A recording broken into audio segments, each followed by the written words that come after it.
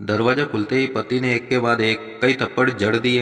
हमेशा हर सिचुएशन को शांति से हैंडल करने वाली पत्नी भी इस बार इतनी अशांत हो उठी कि उसने अपनी चप्पल ही निकालकर पति की ओर दे फेंकी। चप्पल पति के बालों को छूते हुए निकल गई। ये किस्सा यहीं पर खत्म हो सकता था, मगर पति ने इसे अपनी मर्दानगी का विषय बना लिया और बात बद से बदतर होती चली गई। रिश्तेदारों ने भी आग में घी का काम किया। किसी ने कहा, जो औरत अपने पति को चप्पल से मार सकती है वो ना ही तो वफादार हो सकती है और ना ही पतिव्रता। ऐसी औरत परिवार ही नहीं पूरे समाज पर कलंक की तरह है। बीवी के पक्ष वाले कहाँ पीछे रहने वाले थे। किसी ने कहा, 21वीं सदी में भी जो स्त्री के साथ मारपीट करते हैं उन्हें तो जेल भेज देना चाहिए। तो कोई कहता, जरूर उसको कोई और पसंद आ गई होगी इसलिए अब पत्नी से मारपीट करने लगा है। बात कोर्ट तक पहुंच गई। दोनों पक्षों ने एक दूसरे के खिलाफ केस फाइल कर दिया। पति ने चरित्रहीन होने का तो पत्नी ने दहेज और शारीरिक उत्पीड़न का आरोप लगाया। 2 वर्षों से अधिक समय के लिए केस चला था। इन 2 वर्षों के दौरान दोनों पति पत्नी अलग अलग रहे थे। इन 2 वर्षों के दौरान दोनों पक्षों के समर्थकों की संख्या कम हो गई थी। पहले जहां दोनों पक्षों में समर्थकों का समूह होता था, अब गिने चुने लोग रह गए थे। पति और पत्नी दोनों की आर्थिक स्थिति भी इस समय के दौरान नीचे गिर चुकी थी, जिन्हें वो अपना शुभचिंतक समझ रहे थे। पैसों की बात आते ही उन्होंने भी अपना पलड़ा झाड़ लिया था। अगर कोई देने को राजी भी हुआ तो मोटे ब्याज की शर्त पर। आखिरकार वही हुआ जो सब चाहते थे, डाइवोर्स।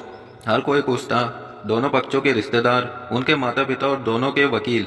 लेकिन 5 साल की सुखद शादी और एक सुंदर बेटी होने के बाद मिले इस डाइवोर्स से पत्नी मुक्त थी और पति शांत। शायद ये एक इत्तेफाक ही था कि इस खुशी को मनाने के लिए दोनों पक्ष के लोग एक ही चाय की टपरी पर बैठे आमने सामने। इत्तेफाक इसलिए क्योंकि ज्यादातर लोग जो एक दूसरे के विरोध पक्ष को सपोर्ट कर रहे थे वे एक दूसरे को अच्छे से जानते भी नहीं थे। पति पत्नी भी इन सभी से दूर एक दूसरे के सामने मेज पर बैठे। पत्नी ने पति से कहा, अब तो खुश होंगे ना, तुम्हारे मन की जो हुई है। मुबारक हो, तुम भी तो आज जीत गई हो। मुझसे तलाक तो तुम्हें भी मिल गया है। Congratulation to you too. पति ने कहा, तलाक को तुम जीत का प्रतीक समझते हो? पत्नी ने पूछा। पति चुप रहा। थोड़ी देर की शांति के बाद पति ने कहा, मुझे तुम्हें 5 लाख रुपया अभी और हर महीने 8 हजार देने का आदेश है।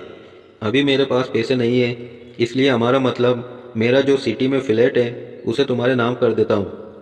पत्नी बोली, लेकिन उस फ्लैट की कीमत तो 18 लाख की है। हाँ, लेकिन हमारी बेटी तुम्हारे साथ है और आगे जाके उसके खर्चे भी बढ़ेंगे, तुम्हें थोड़ी आसानी होगी।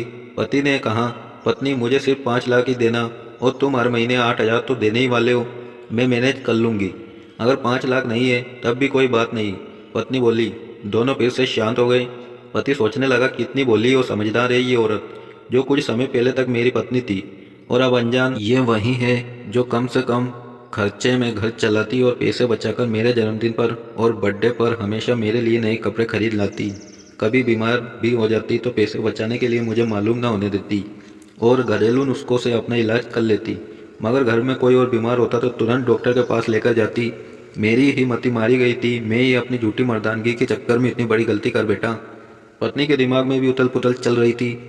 अभी भी वैसा का वैसा ही है। पहले भी खुद से ज़्यादा हमारे बारे में सोचता था और अब भी वही कर रहा है। यह वही आदमी है जो मुझे एक्सीडेंट से बचाने के लिए खुद मोटरसाइकिल के आगे कूद पड़ा था और अपनी उंगली तोड़वा बैठा था। पता नहीं कौन सी मनहूस घड़ी में मैं झगड़ा कर बैठी। पति ने मौन तोड़ते हुए पूछा, अब तुम्हारे कमर का दर्द कैसा है? ज़्यादा तकलीफ तो नहीं होती?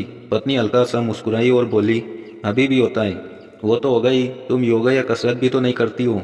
अब किसी गायनेकोलॉजिस्ट को जरूर दिखा देना। पति ने कहा, तुम बताओ तुम्हारा अस्थमा कैसा है अब?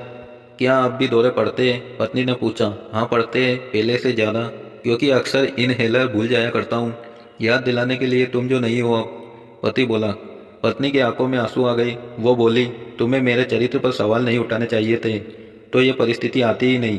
हाँ मैं जानता हूँ तुम बहुत अच्छी हो, मुझसे गलती हो गई, बहुत बड़ी गलती। मैं लोगों के बहकावे में आ गया था।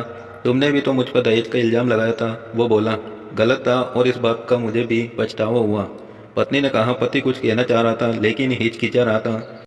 पत्नी ने पूछा, कुछ कहना चाहते हो? वो बोला, क्या सब पहले जैसा नहीं हो सकता?